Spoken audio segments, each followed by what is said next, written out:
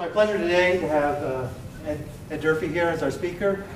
He's done, I don't know, must be 20-some years now of seminal work in what used to be called distributed AI and now multi-agent systems. Dating myself and probably Ed at the same time. It's going to be a pleasure talking and hearing from Ed about, I think we'll hear about two different things, two different researches of his graduate students. One on about certain approaches to using STMs and models, and the other one about using POM MPPs under certain contexts that will be more efficient. So without ado, Ed. All right. Well, thank you. It's a pleasure and an honor to speak with you all today. As Zach says, I'm going to be talking about a couple of projects, and so I should up front give acknowledgement where it really belongs, which is to two of my graduate students, Stefan Wicki and Jim Burkle. And you'll see pieces of what they've been working on throughout this talk today. So from the title, Don't Always Ask, Don't Always Tell, right? When we start out thinking about what it means to model and to know things about other agents, right? There are various maxims, various proverbs, various thoughts that come to mind, right? So we have the notion that a little knowledge is a dangerous thing, and then Albert Einstein followed up by saying a little knowledge is a dangerous thing, and so is a lot. And so where does that leave us, right? If we can't have a little and we can't have a lot, maybe we're ultimately safest with none at all. And of course, that's tongue-in-cheek, but if you think about it, right, the source of the first part of the title of my talk, right, this notion of don't ask, don't tell, right, has this notion of maybe there are at least some cases, some situations where people think that not knowing something might be a better strategy than knowing something. So I will not be talking about the ideological and various other issues involved in the don't ask, don't tell policy of the government, but it does, as I say, highlight an interesting question, right? Are there cases where cooperative agents are better off withholding knowledge, withholding information about themselves from each other, right? Can they actually do better? And intuitively, you'd say, yeah, sure, right? That incomplete knowledge can be worse than no knowledge at all, right? It can be misleading. Or even if you have complete knowledge, reasoning about all that knowledge, communicating about all that knowledge might be very costly. Right? So you might be better off just using some abstractions, some lack of knowledge. But the challenge is that navigating a middle ground between knowing everything, sharing everything, modeling everything about others, and nothing is a difficult place to work. Okay? And so over the course of basically of my career, right, what I've been interested in, I've worked on a number of different technologies, different algorithms, different representation languages, different applications. But what I like to think is the theme that goes through all the work that I've done is looking at how we can build agents that can think about how they should project models of themselves to other agents. Right? What you think of me depends on what I tell you about me, and how other agents how an agent should acquire models of others, how it makes decisions about what's the right stuff to know about somebody else and what is unnecessary to know. Right? It's a hard thing to do. Right? I mean, I've largely spent a chunk of today doing just this, right? Talking with people, figuring out as we start talking, looking to see whether we're sort of hitting the right level of detail, the abstraction of what the issues and challenges are, technologies and techniques at more detailed levels, and sort of moving up and down these levels of abstraction to find the right level. As I prepared this talk, I did the same thing, right? I thought, okay, who's the audience likely to be? What's the right level to pitch things at in order to be able to make the right connection, to project a model of me that you can make sense, right? A model of the research I'm doing that you can make sense of without going too deep or going too shallowly. And we have yet to see whether that works. And it's really hard to do for a larger group. So we often get mixed results, right? Sometimes we misaim our modeling decisions, right? So in a nutshell, what I've been interested in is figuring out ways that agents can model themselves and each other at different or better or multiple abstraction levels, right? How can I think of myself at various abstraction levels and be able to use the right one when I'm interacting with you, right? And how do we provide agents with algorithms to be able to find which are the right levels and use them at the right times in order to work with each other. Okay? So with that said, what I'm going to focus on for this talk, as Zach mentioned, are two projects that sort of touch on this, and I'm cleverly sort of breaking them down into the don't always ask and the don't always tell flavors. Right? So I'm going to talk about deciding what to ask another agent, what response to get from another agent. What would you do if I did this? Right? Those kinds of questions. How do we make good choices about when to ask those questions and how detailed those questions should be? And then I'll follow up with the don't always tell part, which goes into the simple temporal networks, temporal reasoning types of problems, figuring out what local schedule information to actually share with another agent. Okay? So I'll start, obviously, with the don't always ask. So if you think about coordinating members of a team, so here, and I realize Robotics Institute, I confess the pictures of the robots are about as far as we're going to get for me talking about robots per se. I'm interested in what's going on inside of their computational mechanisms, but using these robots as an example, right, we might have a set of satellites and a set of rovers in some planetary, on some distant planet, right? And if we zoom in, right, we can look at this rover and say, well, the rover has a variety of tasks that it can do. And similarly, a satellite might have a variety of tasks that it can do. And the interesting issues for coordination of the team are when the things that they can do can influence each other, right? So in a simple sense, we can talk about that this task of agent R7 could have a variety of possible durations and outcome qualities with different probabilities. So those of you that saw the coordinators, right, there's a similar flavor to it here. There's a window in which these kinds of activities can go on. And similarly, the satellite can do various things, such as build a path to location A, and again, having possible different durations and quality outcomes. But these are related in the sense that if the satellite is successful, then that affects the robot's ability to visit the site such that now it's able to get there faster with much higher probability thanks to this higher level map, this map that was built from looking down on the terrain and providing it with that rather than having to move around and grope around on the ground by itself. Okay? So it's these kinds of interactions that we're trying to emphasize here and figure out, okay, how do the agents tell each other enough about what they might do so that they can build joint plans together without overstating all the things that they could or should be doing. Right? So the strategy that we've been taking is what Stefan calls influence-based policy abstraction, and I'm going to step through various phases of this approach that we're taking. So basically the starting point is figuring out what is the structure that we can exploit. Anytime we're looking at these really hard problems, we're looking for some structure to grasp onto and take advantage of. Right? So bear with me if you're familiar already with decentralized POM-DPs, but the basic idea in a decentralized POM-DP is that there is some state of the world, and in this case this is the global world state, and there's some joint observation that the agents can get at this particular time, some joint action that they can take, a joint reward that they get, and they transition to a new state and get some new actions. Right? And it's all well and good if we can think about this multi-agent system all in one big block like this, but often we're going to get a lot of traction if we break it up, if we factor the model. Right? So we can talk about the world state as being comprised of a variety of features. Right? This is the feature of whether there's a dust storm going on, for example. Right? And it could be the case that only some of these features are affected by the joint action. Right? There's no way in which this joint action actually changes the likelihood that there's going to be a dust storm at the next time frame, but the fact that there was one at the previous time frame does give some predictive information about whether there will be one at the next time frame.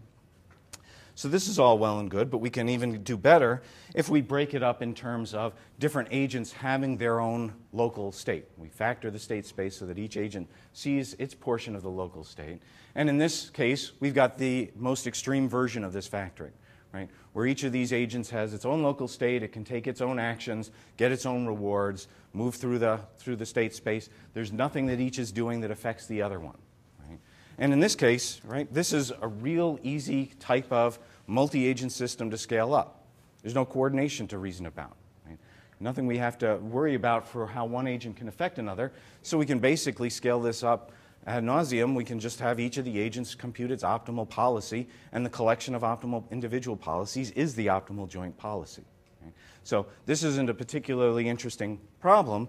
It gets interesting when there is some interaction, some overlap. Okay? So the particular model that Stefan has worked on is what he calls transition decoupled POM-DPs, where we explicitly know which are the features that are observable, are affectable by both agents. Right? And in fact, it's not that they're affectable by both agents, they're actually only affectable by one agent. So we're modeling this overlap, and there's this notion of a non-local feature, right, for this agent I that has is affected by agent J taking a particular I'm sorry, this is a non-local feature for agent J. Agent I taking a particular action that can affect this feature. We notice that the actions of agent J don't affect this feature, but they in fact, then this is part of agent J's local state and can affect its choices of actions and the outcomes of those actions downstream. So we can divide the factored state space into this notion of these mutually modeled state features as well as private state features that each agent has. Right? So an example of this would be from our satellite saying, if I build the path to location A, then the satellite provides that, and that can change the outcomes of the actions that the rover agent can take, thanks to knowing that better path. Right? There are also, again, these uncontrollable features, like the passage of time or dust storms or things like that. And in this case, then, the agents are transition dependent. Right? The decisions that one makes can affect, the actions that one takes affect the state that another observes, and therefore the subsequent behavior of the actions of that other agent. Right? A crucial aspect of this, though, is that the transition interactions are non-concurrent. Right? So in this case, again, we say agent I takes action AI and affects this non-local state from the perspective of agent J. If agent J takes an action, right, its action is not going to directly affect this one, but at the next time step, if it takes a particular action, right, now the outcome of its action is going to in part be influenced by whether this was changed in a particular way, right? Whether the the path was computed and sent to the agent. Okay? So when we think about these non-concurrent effects, it definitely restricts the space of problems we can look at, right? And we've found various ways of going around this and simulating concurrent behavior through some chains of non-concurrent effects. But the bottom line is that the TD-POM-DP is not as general as the DEC-POM-DP, but it does allow us to have things like transition dependence, which has been a real thorn in the side of people that have been trying to develop joint policies for DEC-POM-DPs. We don't have restrictions on the local behavior. We get partial observability. We can even get communication, though I'm not going to go into the details of how we do the communication here. Right? But the bottom line is that this is the same complexity class as the DEC-POM-DP, in which case you say, well, then why bother, right? It's just as hard as the DEC-POM-DP. But the crucial thing is that what it does is it explicitly represents aspects of the structure. The way you represent the TD-POM-DP brings to the fore this notion of mutually modeled features and the actions that lead to changes of those mutually modeled features, so that we can think of it in terms of agent I having some non-local effect on agent J without getting bogged down in all the details of what the joint state might look like and things like that. Right? So the idea is that when we get into these larger spaces, we can come up with an interaction digraph that allows us to figure out which agents can possibly influence which other ones. And obviously, to the extent that you don't see very many arrows between these, it would be an easier problem. Right? Fewer agents affecting fewer other agents. The ways in which they can affect each other is limited. And so it's thanks to this representation of the mutually modeled features and the ways in which agents can affect the features that others can see that gives us the structure that we're going to exploit. What this means is that, excuse me, I have a cold. What this means is that the representation can represent more tightly coupled kinds of systems, but to the extent that the agents are weakly coupled, we're going to be able to exploit that structure and take advantage of it to solve these much more efficiently. So I'm sorry, was there a question? Yeah. But it seems that there can't be any loops in that picture that was on the previous slide. including any loops through a central command that, for example, allocated computational jobs to whatever process the satellite. So that you can imagine a rover trying to influence what the satellite did by essentially discovering interesting things in the environment that cause central commands to reallocate, oh, we need to process this. So right. This is very restrictive. Well, you can get cycles of interactions as long as they are non-concurrent. Right? So as long as I do something that changes what you do, and then you do something that changes what I do, but those can't go on simultaneously with this model, but we can get them in a sequential manner. Right, as long as they follow this non-concurrent effect process. So I've thrown around the term weakly coupled, right? And there's very little notion out there. I mean, a lot of people use the phrase weakly coupled or loosely coupled. It's hard to exactly pin down what is meant by that. Right? So here's one notion. Right? There can be multiple dimensions of weak coupling. One of them, obviously, is how big is this overlap? Right? If there's no overlap at all, then the agents are uncoupled. Doesn't matter how many agents you have in there. It's a really easy problem to solve. So we can talk about the state, what Stefan calls the state factor scope magnitude, the size of this joint feature space that they can be manipulating.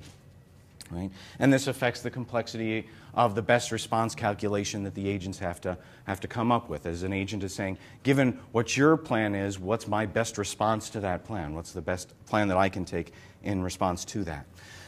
We also obviously have the number of other agents that affect each other. And you look at it and you say, well, this doesn't look all that hard because this one figures out what it wants to do, and then these ones have to figure out how they're going to respond to that. But that's not exactly what we want in here. These are cooperative agents, right? We don't want this one to be self-interested and then say, you guys have to take it or leave it. We want this one to come up with a policy that gives these ones enough room, right? Enable them in various ways so that they can achieve high reward, so that the collective reward of this set is satisfied. So the larger the number of agents that are affecting each other, the more complicated the problem is, and the less weakly coupled the agents are. Right? And finally, there's the issue that says if an agent can affect another one, it could be the case that there are a variety of ways one can affect another one, but there also could be the case that a lot of different policies could affect the other one in the same way. And that's this notion of thinking about what the degree of influence that agents have on each other would be. So graphically, here's the idea. We've got a couple of policies that the satellite, for example, might follow, different policies, but all of them result in providing the path to get to location A by a particular time for the rover. Right? So the rover's best response to either of these is the same. It doesn't matter what the satellite did after it provided this map. The different policies say different things it could do, but all the rover cares about is when you're going to give me that pathway. Right? And so it could turn out to be the case that there's a lot of different policies that all map to the same best response. And so this gives us our initial view into this notion of influence. Right?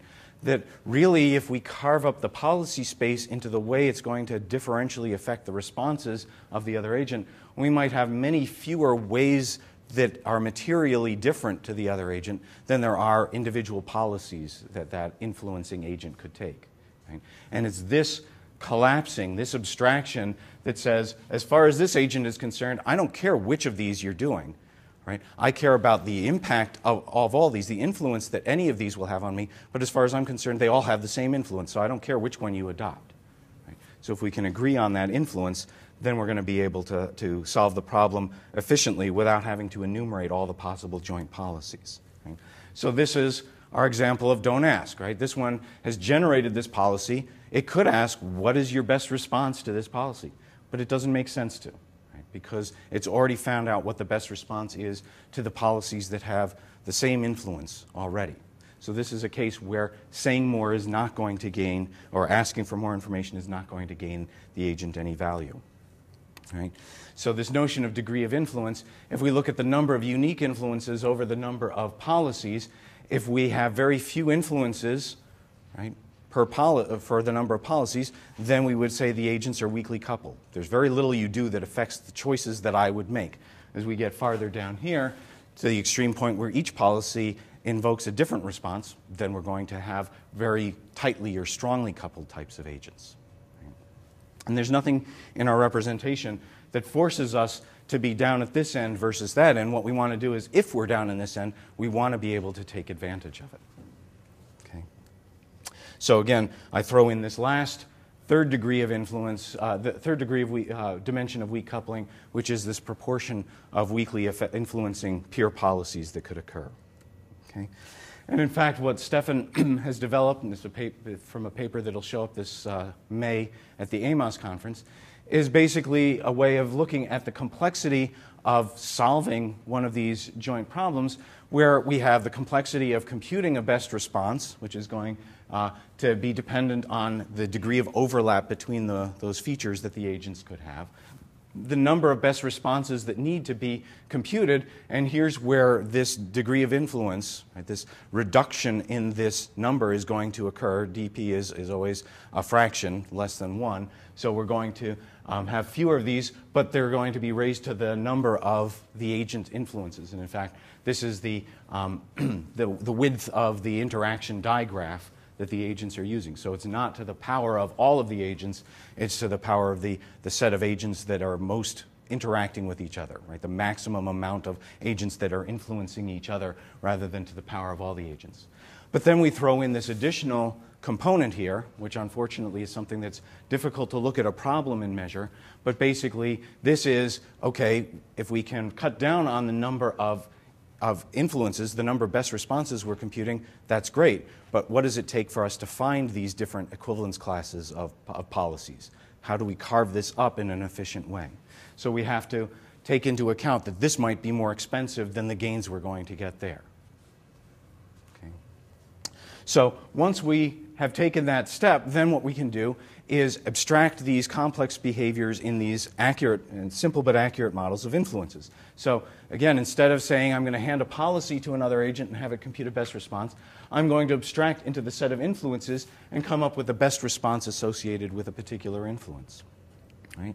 And so we can model this influence compactly as a dynamic Bayesian network involving only the mutually modeled features. So I won't go into the details of it, but basically what an influence is just the probability of this mutually modeled feature taking on a particular value, conditioned on something else, right? Conditioned on perhaps the history of other features. But what we end up seeing, is that, and what Stefan has proven, is that when it comes to this structured TD-POM-DP, all we need to model in this, for the conditions for this non-local feature probability is the history, in the worst case, the history of the mutually modeled features. Anything that was going on in the local model of another agent is only going to be seen to another agent through these mutually modeled features. So basically they're independent, right? They're transition independent given these models of these mutually modeled features. Okay. What that allows us to do then is compute the overall performance based on using these representations of these dynamic Bayesian networks given the history of influences. And we can show that for certain classes of problems, this model is going to be compact.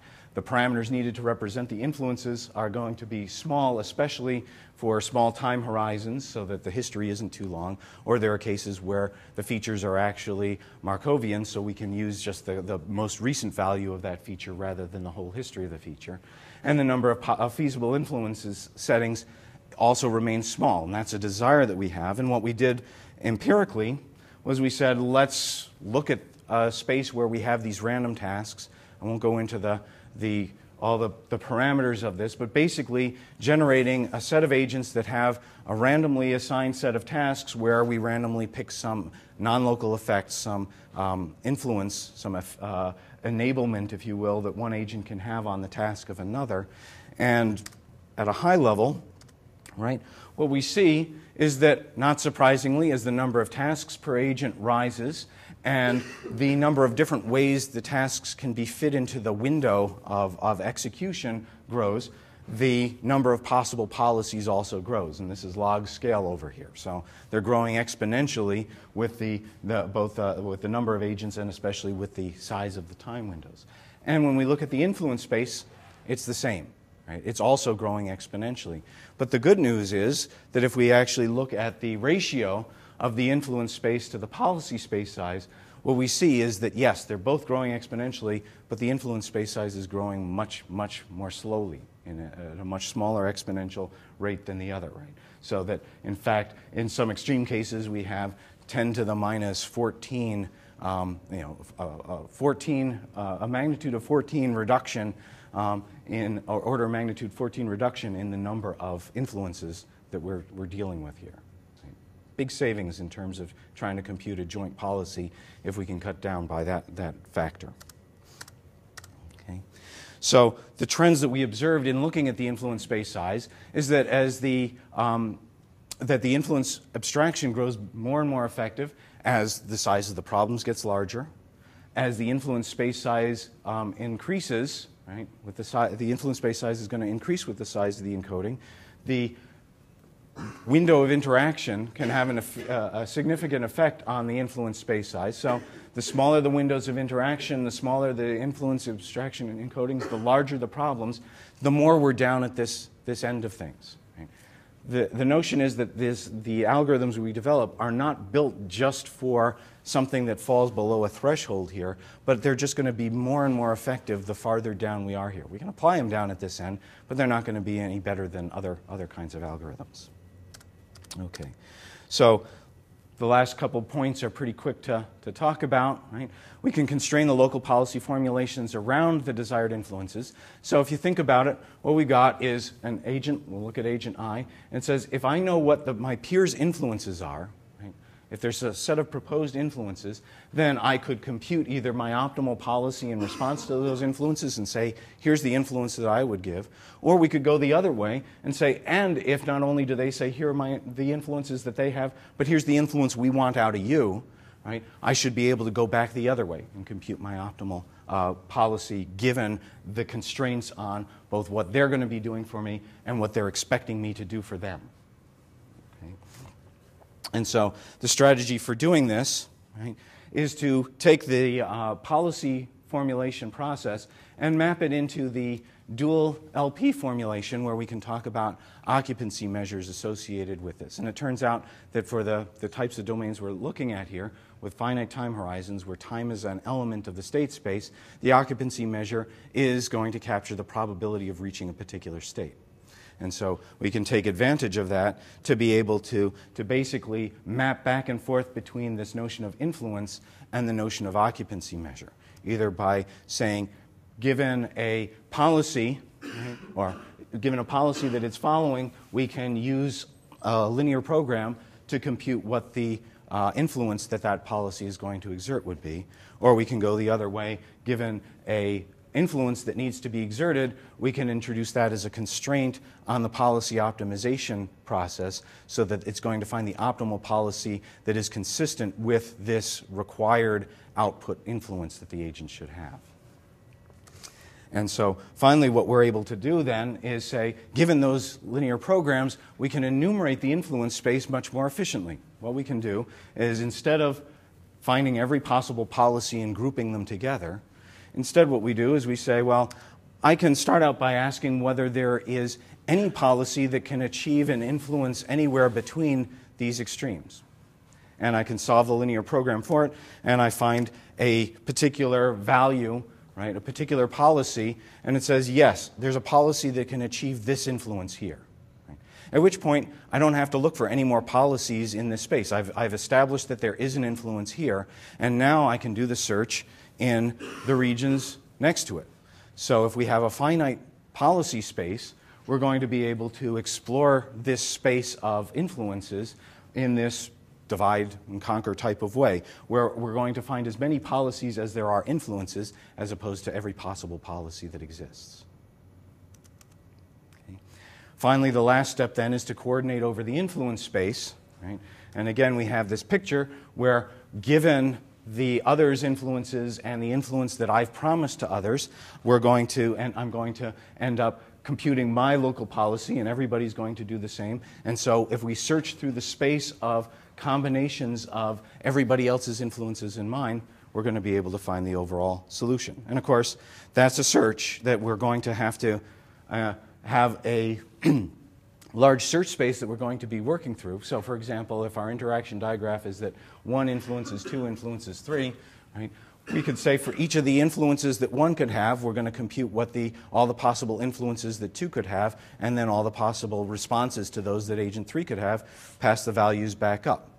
It's a large, the branching factor is the size of this influence space, but of course that's much smaller than the size of the policy space, and that's what we're taking advantage of here.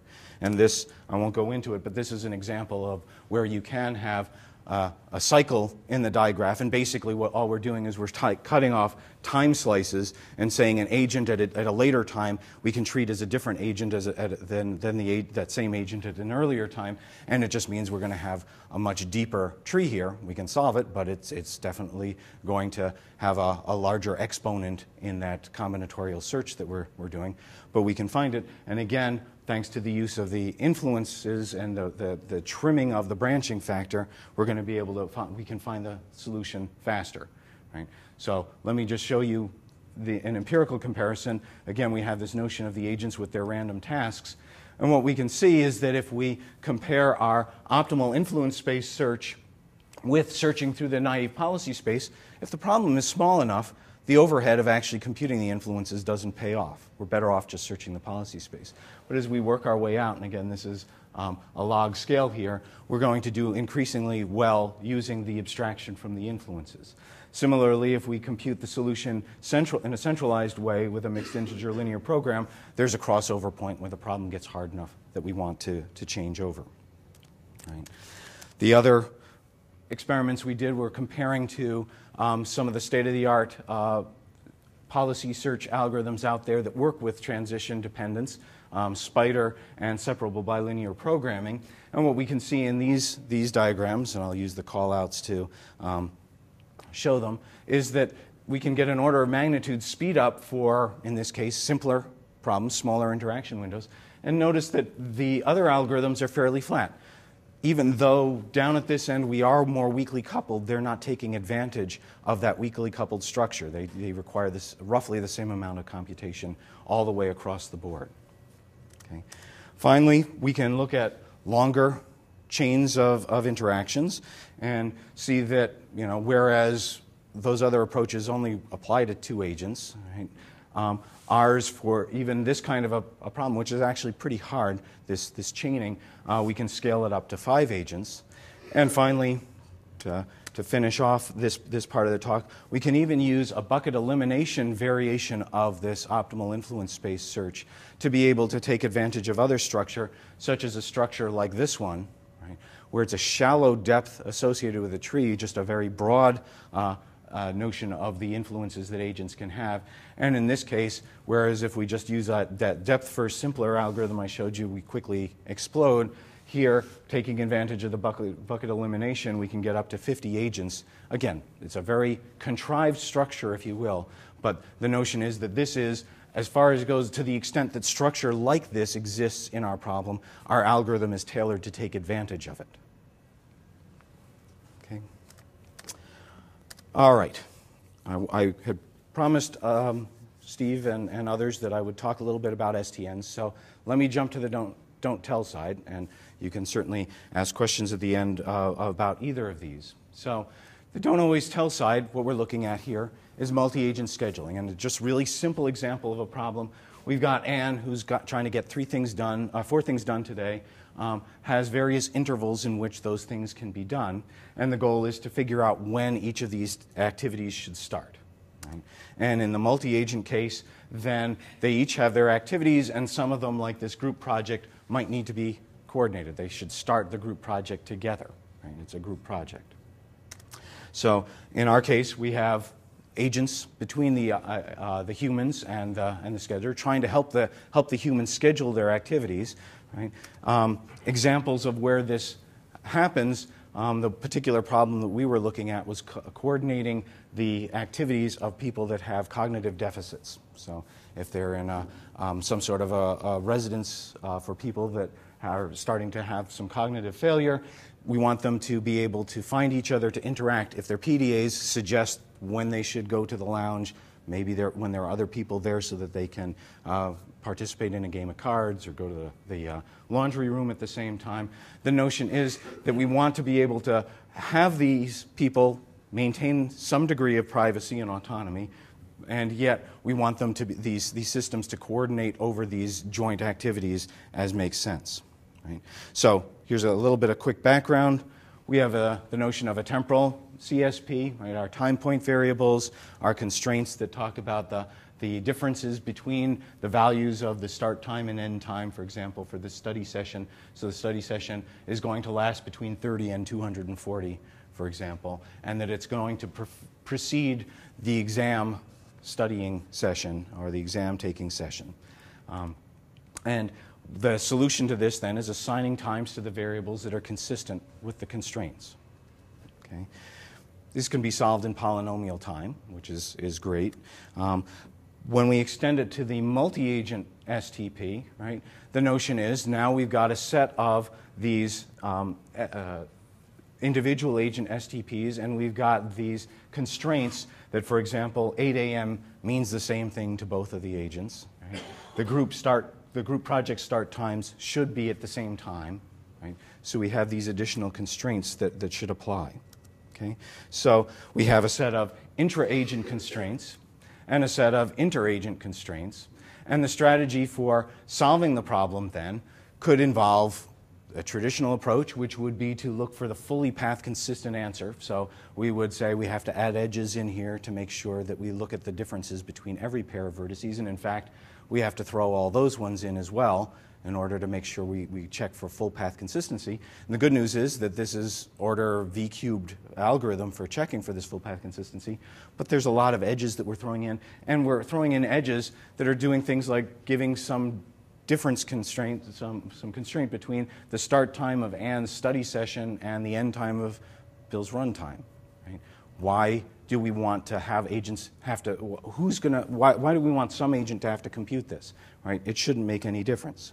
So this is our don't tell side. We don't want to tell information that's going to allow agents to figure this out. There's no reason that they should need to figure it out. So how do we solve this? Right?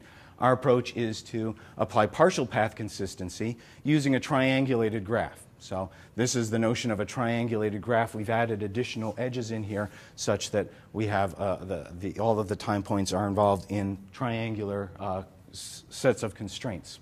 And the way our algorithm works is it starts from, I'm going to jump over to this space here. In the interest of time, I will. So the way the algorithm works is it starts out by compiling the local STP. Right? It starts out by saying, here's our multi-agent STP, and the way that the triangulation works is I first remove a particular node in here and throw the edge. So if in parallel these two agents say, I'm going to eliminate this PAET vertex, right? And to remove that vertex, I add this new edge in here to do this triangulation, and now that vertex can be removed from the set that I consider. And I'm going to do this through all of my, all of my variables. I should let it actually run through here. I do this through all of these variables other than the ones that are involved in the constraints between the two agents. So it steps through, it eliminates these step by step until it's left with just these four variables, the ones that are involved in the constraints between agents. Right? Then the next step, right, and what this does is it takes all of the local constraints here and it now says, well, what this really means is that there's this constraint between when this group project can start and our reference time of 8 a.m. Right? So when we look at what's left in here, we have this information that Ann could start the project anytime between 8:50 and 2. Bill could start between 10 and 2:45. And the same triangulation process happens in here. and then it works its way back outward, and what it establishes is that therefore, not surprisingly, the group project should start somewhere between 10 a.m. and 2 p.m.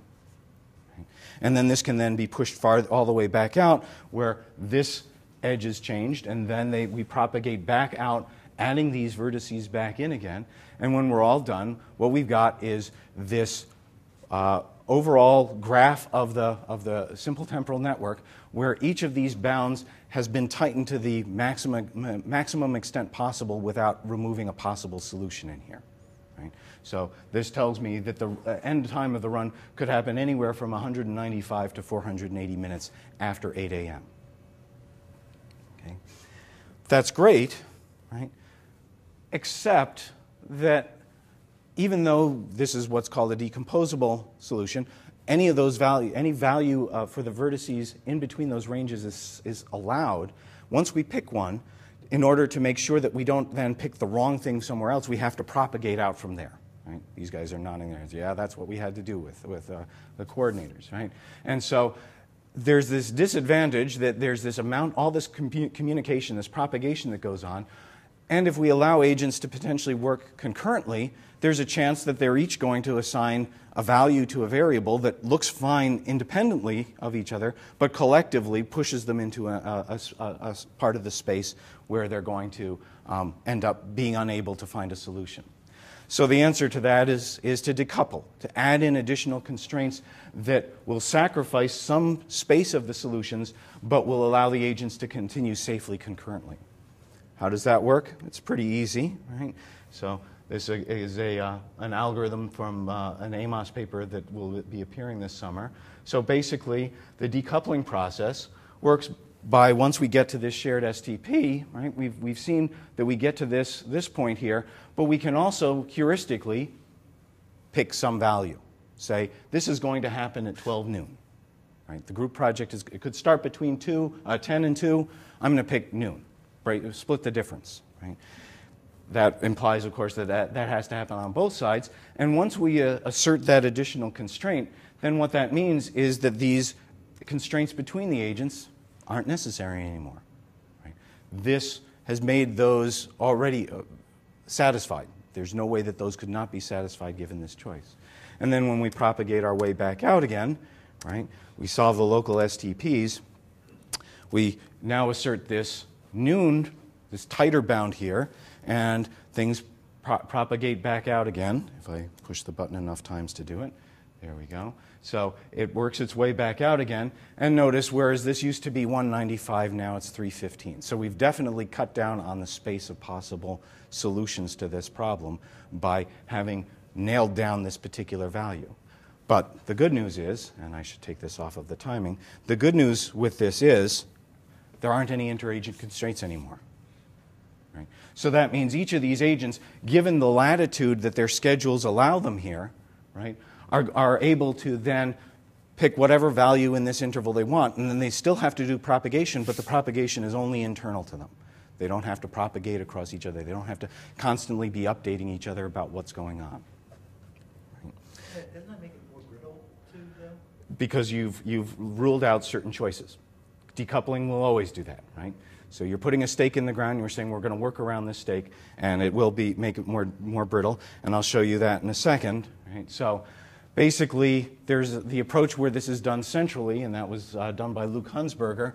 We've also developed a version of ours that does this sequentially versus where we actually have all this going on in parallel.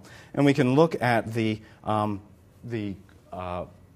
complexity of these, and whereas this one is order the number of vertices cubed, this one is the order of the number of vertices times this induced width of the tree. So a lot depends on how many vertices are connected to how many others. Right? So this is always no greater than v. So it's faster, and in fact, then when we get to the parallelism, we can even cut this down further to where it's the maximum of any of the individual agents' size of vertices and induced width. So let me get to that issue of brittleness. We did an empirical evaluation of these. One evaluation shows that, not surprisingly, when we're able to break the problem down into smaller pieces, this is just with the MASTP, we're able to solve for problems where the number of interagent constraints is low, where they're weakly coupled, we can solve several orders of magnitude faster than if we solve it in a centralized way. And when we use the parallelism that we get, then we get an even faster speed up, not surprisingly. The downside of the parallel version is that it does require more communication at runtime. Even if we say communication takes as long as a constraint check, or 10 times as long as a constraint check, we still end up doing better with this parallelism. What a, This is assuming the same decoupling? this is actually without the decoupling. This is just the MASTP. Let me show you the decoupling case. Here's with the decoupling, right? So here we have the multi-agent temporal decoupling algorithm running down here. So again, this is log scale. So it's a whole lot faster than Hunsberger's TDP, which is a straight line across the top, and even a centralized version of this MATDP. So not surprisingly, it's faster, right? But what about the brittleness, right? So that's what this down here is saying. Basically, what this says is that if there were no decoupling, based on, this is Hunsberger's measure of rigidity that he uses, right? Even if there's no decoupling, there's some degree of rigidity in the plans, right? Using Hunsberger's best version of his TDP algorithm, this is the rigidity that we get for different values of the number of external constraints. Less tightly coupled versus more tightly coupled. Right? And then this is our multi-agent TDP with algorithm where, yes, we are slightly more rigid. Right? We got several orders of magnitude speed up, slightly more rigid. When you look at the differences from the no decoupling, right, yes, we're sacrificing something. Right? But for problems where you're going to want to solve these reasonably quickly, it's not a bad trade-off. Right? Obviously, there could be other measures of rigidity that we could bring into play, and that was some of our earlier conversations today about some of that stuff. Okay, so the conclusions are basically what I've just talked about. We can analytically prove that the algorithms are sound and complete, except that once we introduce these heuristics, now we've lost some of that completeness and at the value of being able to solve things in parallel. And we have empirically evaluated how well these things work. Okay, so again, the pieces of the talk were the don't always ask and don't always tell, right? And basically, the long-term view of what I'm trying to do is to endow agents with this ability to decide for themselves what to model, right? How to model it, when to populate the models, how to populate the models, including the ability to model heterogeneously, right? The ability to say, I mean, what I talked about today was really just, we can model each other by picking this decoupling point. We can model each other and say, all I need to know is that we're going to do this group project at noon. Once we've agreed on that, then everybody can go their own way. That's all I needed to hear from you. That's all I needed to find out from you in order to do this. Or you're going to enable this task of mine at time 12. That's all I care about. Right? This notion of ability to model heterogeneously, I have looked so far today, the things I've looked at today are all saying, well, we want this influence-based abstraction. Right? All of the agents are doing this influence abstraction. Could be that for certain interactions we saw that the overhead of computing the influences was too high. So for some weakly coupled problems, small problems, we might want to use the policy abstraction. Right? Or no abstraction at all, in other words. So what I want to work towards is allowing the agents to be smart about when they're going to use various levels of abstraction. Right? And again, the steps so far for this have included figuring out what are the right levels of abstraction for some of the problems that we're looking at where we tell the system what to do, incorporating these techniques for abstraction without sacrificing solution quality. Again, this notion of influence-based abstraction didn't sacrifice anything other than a little bit of computation up front to do it, and we got big savings of computation most of the way downstream. And formulating flexible modeling representations, hierarchical modeling representations in order to explore the space of alternatives. Again, where I ultimately want to get to is where the agents are moving up and down these abstraction levels to find what the right level is, as opposed to my telling them, I think you should use influence-based abstraction, or I think you should decouple right now. Okay. Again, this notion of hierarchical modeling we're seeing with our influences and our shared variables and edges, and it gets a lot harder when the abstraction does sacrifice fidelity. Right? When we're losing something in the abstraction. things are getting sloppy, or we're working together less efficiently by abstracting things together, by abstracting things up. But the good news is that the abstraction will gain some efficiency. So we have this trade-off, right? We deal with it all the time. Right? We deal with all these decisions about how much detail to give to somebody about what my plans are today so that we can rendezvous for dinner or whatever, right? And figure out how much detail I should give. The less detail I give, the more flexibility I've left for myself, the less reasoning that you have to do. But I might get there well before you do for our rendezvous. Okay. Where's the right balance? That's the big question ultimately behind this work. And what multi-agent meta-level reasoning can efficiently find it, right? How do we decide to stop searching? Right? What I'm talking about here basically is a search. Before they start searching for their joint solution, they search for what level of detail they should even be figuring out their joint solution in. Right? And so there's this deliberation about what we should talk about before we actually start talking about it. How do we control that? How do we solve that meta-level control problem of stopping that deliberation in order to get on to the real problem at hand? And this is, again, a multi-agent problem, so they all have to agree. They all have to converge on the same decision about this. Okay? So, parting thoughts, right? Knowledge is power. Ignorance is bliss, right?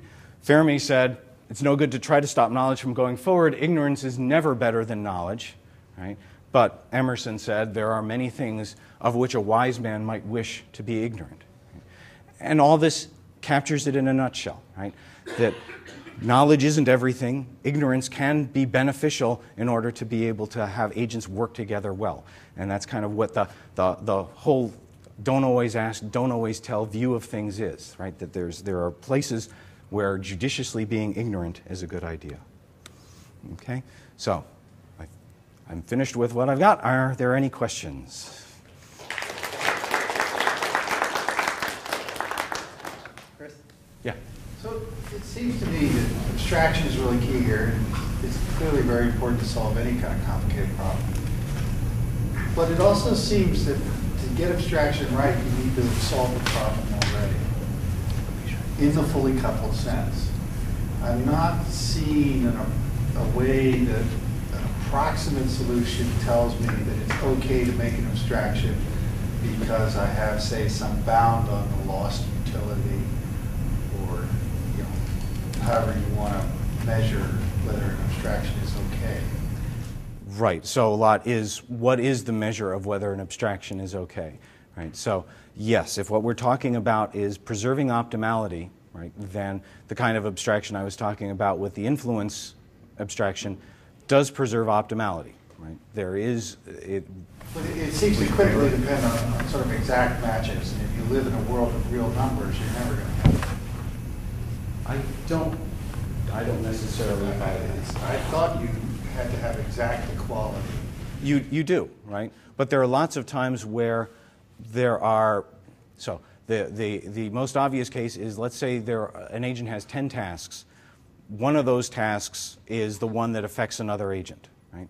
So if we think about where that task, and let's say all the tasks take the same amount of time, there's the number of policies that the agent can have is the permutation of all those tasks, right? It could do them in any order, and yet there's only 10 different times that one that matters to others is going to make a difference. And it's only when that one is going to happen that will matter to the other agents. So this, I think, is a reflection of sort of a discrete set of actions versus continuous actions, continuous states issues. Yes, yes. And certainly this notion of being able to enumerate the influences is assuming that there's a finite space of possible policies. If you're in a continuous space of policies, I don't know whether I would go so far as to say it doesn't exist, but that's certainly not something we have. The notion of it doesn't make much of a difference carries over. Right, but efficiently finding those influence. So what we were able to do is, because we could say there's a finite number of policies, we could efficiently find the space of influences, because we could say, well, if there's, basically they've got to be a step apart in terms of the influence that was going to go on. But you're right, if we're in a continuous space of policies, then we could have an infinite number of possible influences. And for those kinds of things, we have done issues of some epsilon difference, right? If the probability of you enabling me is different by at least epsilon, then I'm going to treat it as another influence. And now we're into approximation, but we're able to discretize by using that epsilon.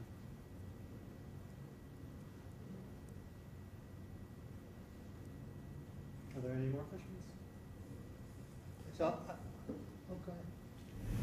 In the second aspect of rules, we were talking about the STNs and being able to decouple such that you are fixing certain decisions in order for agents to go independently. How is the complexity of that influenced by the number of different agents and the number of interactions? I think I missed that part of it. This is how many times do you have to do?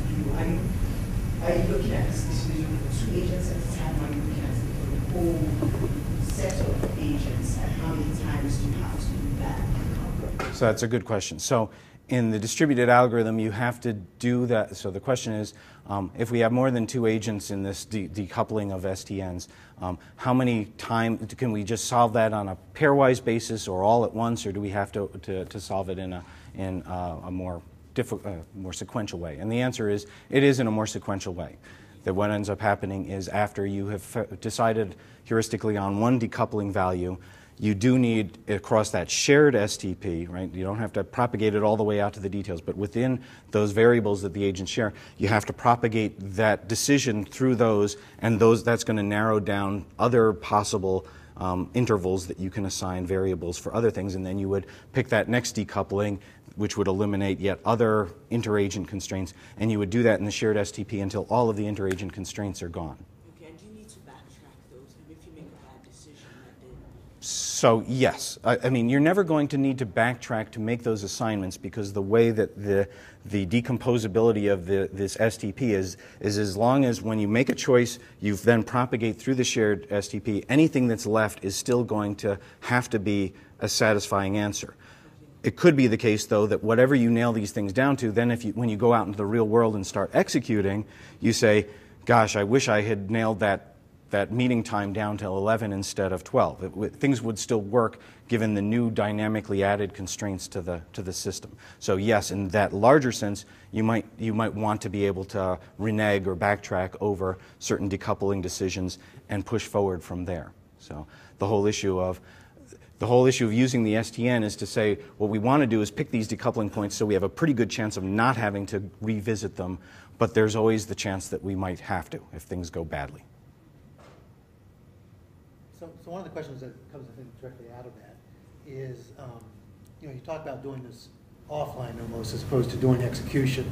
By doing execution, you can imagine you make decisions, can't complete those commitments, and you have to resolve the problem, basically. Resolve maybe the decoupling points, maybe resolve those heuristics. But but if you've already started executing, there are going to be some new constraints, right? Whatever has already happened now has to be nailed down, and so it'll narrow down the rest of the problem that you're going to look at. I agree completely. Right. But what does come to mind is the sense of a control problem. Mm-hmm. So you have this control problem where you may not want people to keep going or doing what they're doing until you've resolved the additional commitments, and so somehow you have to time this kind of meta structuring of the problem of how you're going to divide and decouple while you're actually executing at the same time. And I don't know how that's, so the world is changing as you are trying to solve this problem. Right. And, right now you have the serial, like you do it iteratively, it's a serial solution. Right. And I'm thinking that somehow you're controlling everybody, saying stop and think, stop and think, stop and think. Right. But that may not be the case in the executing world. Well, I mean, so certainly you always have the ability to go back to the STN solution, the multi-agent STP solution, right, which leaves in the interagent constraints. If you say it's too early for us to nail down what these decoupling points would be, you leave in all of the flexibility and you go through your execution and you pay the price of then every time somebody does something, you got to propagate things back and forth. And at some point, then you say, things have propagated or we've made enough decisions that we can make pretty good guesses as to what these decouplings should be. So let's nail those down now, and then we can continue on independently. Okay. So I think let's thank Ed one more time, and then I think there's a reception afterwards. Thanks.